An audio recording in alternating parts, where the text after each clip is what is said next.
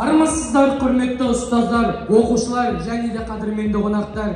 Бүгінгі тәуелсіздігіміздің 31 жылдығына арналған елімнің бақытын тербеткен тәуелсіздік атты мерекелік кешімізге қош келдіңіздер.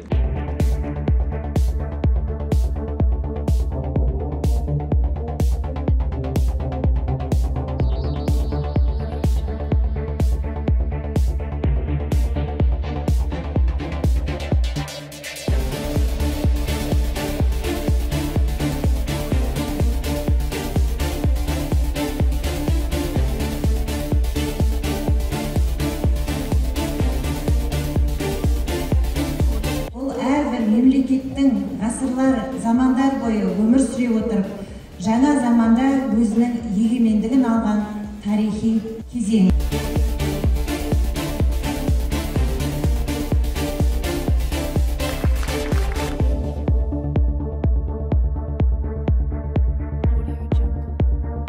Сіздерге қорытынды ретінде, тәуелсіздігіміз ретінде есеп бергіміз келіп тұр. Аз уақыттың ішінде жүлдегер атанып, бүгінгі нәтижесінен соны байқаған боларсыңыздар.